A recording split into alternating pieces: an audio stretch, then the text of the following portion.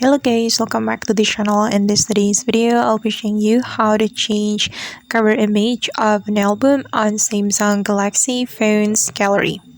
Okay, first of all, you can open your gallery application on your Samsung phone.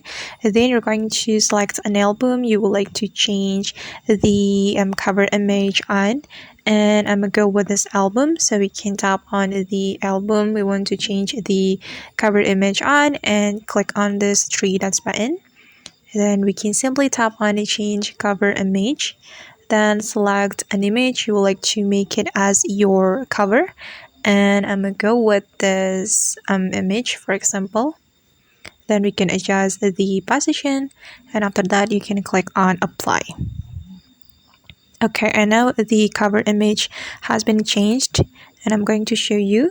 This is the cover image that I have just set for this album.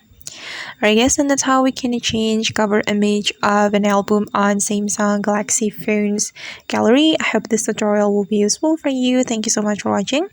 And if you found this tutorial helpful, don't forget to hit the like button, leave your comments, and also subscribe to this channel. See you on the next video.